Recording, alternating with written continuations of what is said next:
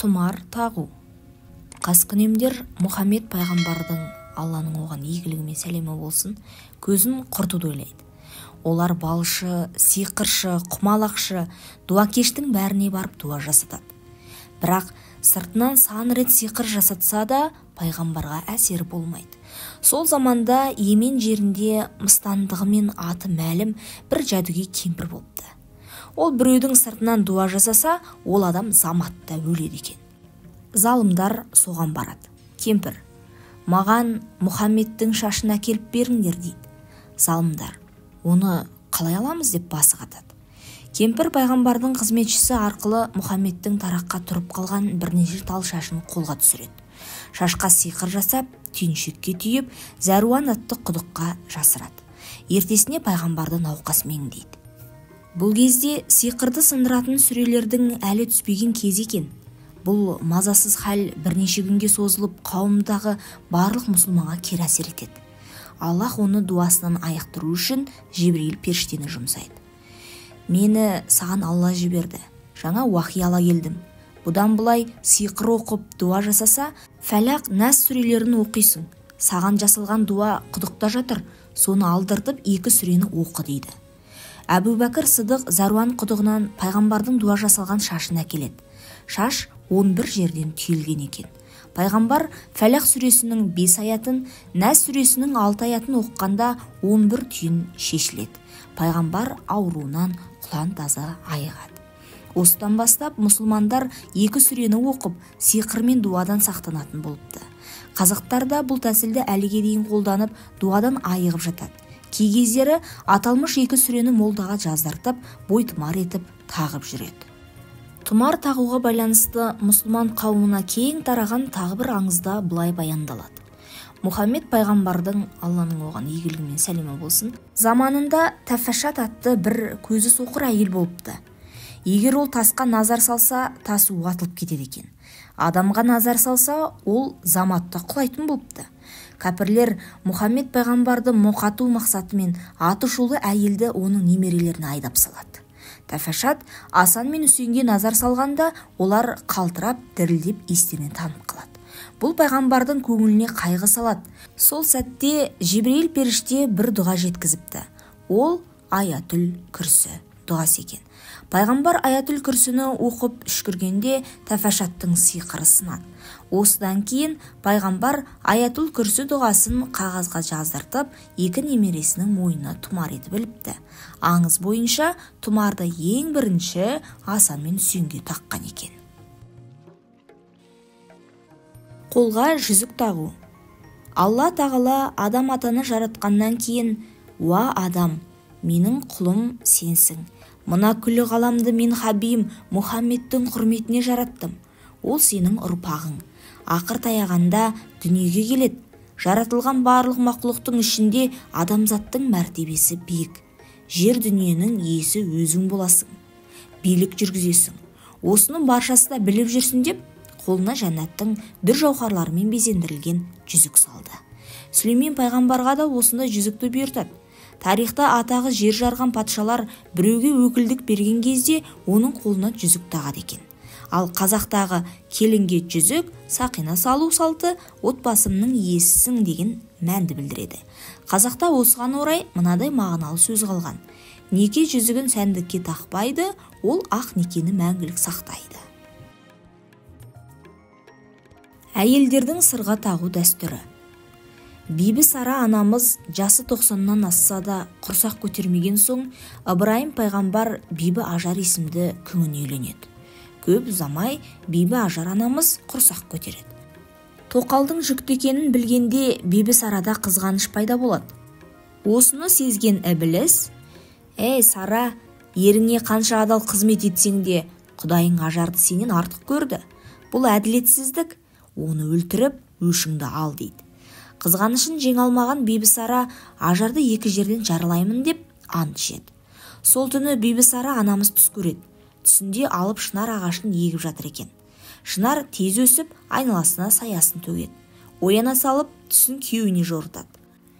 Көп ұзамай ұлды боласың, ұлың пайғамбар болады дейді Ыбырайым. Бибісара анамыз қатты қуанады. Алайда ажарды өлтіремін деген анты есіне түсіп, қызғаныштан ажарды жаралаймын деген антым бар еді, енді не болады деп сұрайды. Іштарлық іблістің сипаты. Ол адамның дәрежесін көре алмай, Құдайдың дәргейінен қуылған еді. Көңіліңді қызғанышқа билетпе. Ақта болса ант ішпе, айрандай жоғары үстіңе деген. Енді антты шартты түрде болса да орындау керек. Ол үшін ажардың құлағын ғана жараласаң жетер, деді Ыбырайым. Бибісара анамыз қолына қанжар алып, ажардың екі құлағының сырғалығын тесіп жарақаттайды. Екі құлағынан қан сорғалап, ажардың көркі қашады.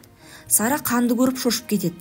Сол кезде Құдайдың әмірімен Жебірейіл періште пештен екі сырға келіп, ажар анамыздың қос құлағына тағады. Жәннаттың лағыл тасын тағынғанда ажар хор қызындай сұлу болып шыға келеді. Әйелдерге сырға тағу сол кезден бастап сүннет боп қалған екен. Алқа тағу салты.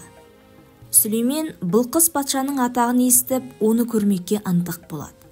Оған: бір жаратушының атымен бастаймын, маған келіп қонақ болып сән салтанатымды көр деп хат жазады. Хатқа мөр басып, оны Бәбісекке береді. Мына хатты жылдан Бұлқыс патшаға жеткіз деп бұйырады. Бәбісек хатты тістеп Ханшайымның ордасына кірсе, ол ұйықтап жатыр екен. Ол түндіктен кіріп, хатты оның бас жағына қояды. Қыз оянбайды. Болмаған соң қыздың көкірегінен шоқып оятады. Бұлқыс хатты оқып, Сүлейменнің шақыруын қабыл алады. Бәбісектің шоқыған жері Бұлқыстың көкірегінде тыртық боп қалып қояды. Ол қорқып кетіп: уа жаратқан, мен Бұлқысты оятпақшы болып, оның көкірегін жаралап алдым. Бұл жайды Сүлеймен патша білсе, мені өлтіреді, мені құтқара көр деп Аллаға жалбарынады. Сол кезде Жебірейіл періште пейіштен дүр-гауһармен өрнектелген алқа келіп, Ханшайымның мойнына тағыпты. Бұлқыс сол заматта хор қызынан кем түспейтін әппақ аруға айналады. Сарайдағы қыз-келіншектер оның алқасын көріп есінен танады. Олар да Ханшайымға еліктеп, асыл тастардан алқа жасатып, мойындарына таға бастайды. Содан бастап әйелдердің алқа тағуы сәнге айналған екен. Үлкенге құрмет, кішіге ізет. Қазақта үлкенді құрметте, жол бер, көліктен түсіп сәлем бер деген әдеп талаптар бар. Заманында Жүсіп пайғамбардың әкесі 10 ұлын ертіп Мысырға келе жатады. Жүсіп оларды қарсы алу үшін алдарынан шығады. Ол аттан түсейін деп жатқанда бір уәзірі: тақсыр, келе жатқан әкең болса да аттан түспей амандас. Мысыр патшалығының айбынды абыройын сақтау керек. Олар саған кіріптар болып келе жатыр, дейді. Жүсіп: Алла тағала әкесіне құрмет көрсетпегендерді сүймейді, дейді. Құдай сенің ниетіңді жүрегінен көріп тұр.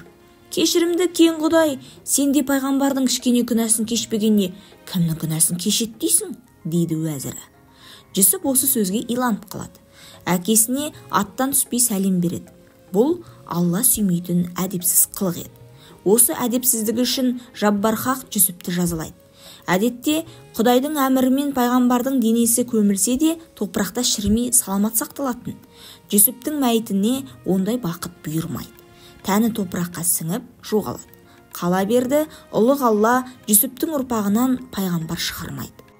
Содан бастап егде адамға көлік үстінде сәлем берме деген тыйым шыққан екен.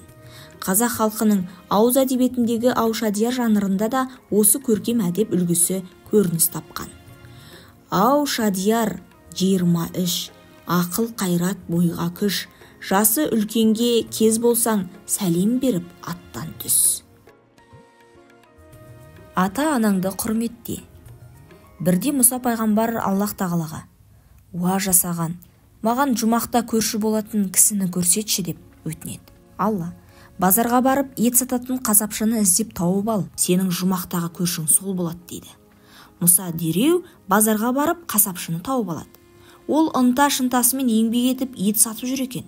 Кешке қасапшы үйіне қайтады.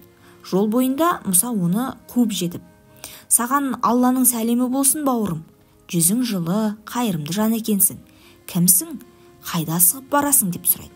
Жігіт: менің кәрі сырқат шешем бар, оны бағып қағу менің мойнымда. Күнде үйге қайтарда малдың жылы жұмсағын, өкпе бауырын алып барып, оған ас әзірлеймін. Шешем ауқаттан кейін күнде маған: балам, сені Алла жарылқасын, маған қылған қызметің Құдайдан қайтсын, ертең жұмақта Мұса пайғамбардың көршісі бол деп үнемі дұға қылатын дейді. Мұса жігітке риза болып, уа жаратқан, ата-анасын сыйлаған адамның бәрін менің көшімнен қыл деп дұға етіпті. Бұл туралы Миғраж сапарында да айтылады. Мұхаммед пайғамбар, Алланың оған игілігі мен сәлемі болсын, Миғражда бір топ адамды көреді. Олардың түрлері сондай ұсқынсыз, ауыздарында бір тіс жоқ, құлақтары жырық, мұрындары пұшық, көздері қысық, қол-аяғы шиедей жіңішке, бірақ қарны қампиып кеткен. Өз бетінше жүре алмайды. Тырнақтары сояудай, жез тырнақтың кейпіне енген. Шаштары алба-жұлба. Пайғамбар олардың түрін көріп шошып кетеді. Бұлар кімдер дейді Алланың елшісі? Жибрил. Бұлар өмірде ата-анасын ренжітіп, Құдайдың рахымынан құр қалғандар. Кім ата-анасын сыйламай, олардың көңіліне қаяу салса, сол адамның Құдай алдында сүйкімі болмайды. Қияметте түрлері осы қалыпта тіріледі дейді. Пайғамбар, ата-анасын ренжіткен мұндай сұрықсыз адам менің үмметімнен болмасын деп дұға қылған екен. Осы сапарында пайғамбар бір топ періштенің пырақ аттарды жетектеп, қолдарына тон жамылғы алып, бір жаққа кетіп бара жатқанын көреді. Ол, бұлар қайда бара жатыр деп сұрайды. Жибрил, Алланың сүйікті достары келе жатыр екен, соларды қарсы алуға бара жатыр дейді. Пайғамбар қызығып соларға ілесіп барады.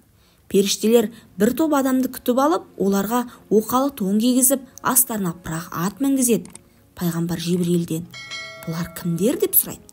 Дүниеде ата-анасын сыйлаған адам Алланың сүйікті құлы.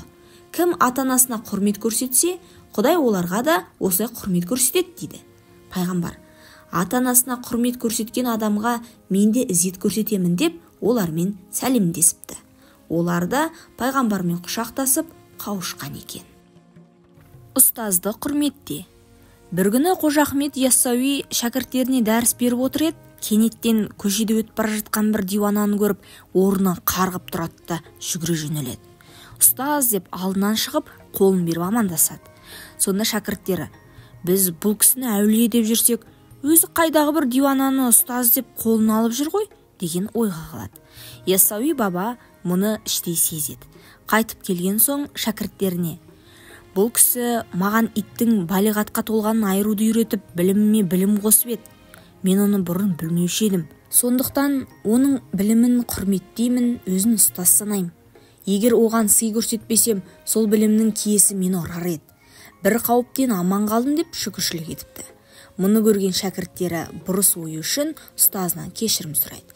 Ел арасында жүргенде ұстазының бұл өнегесін насихат ететін болыпты.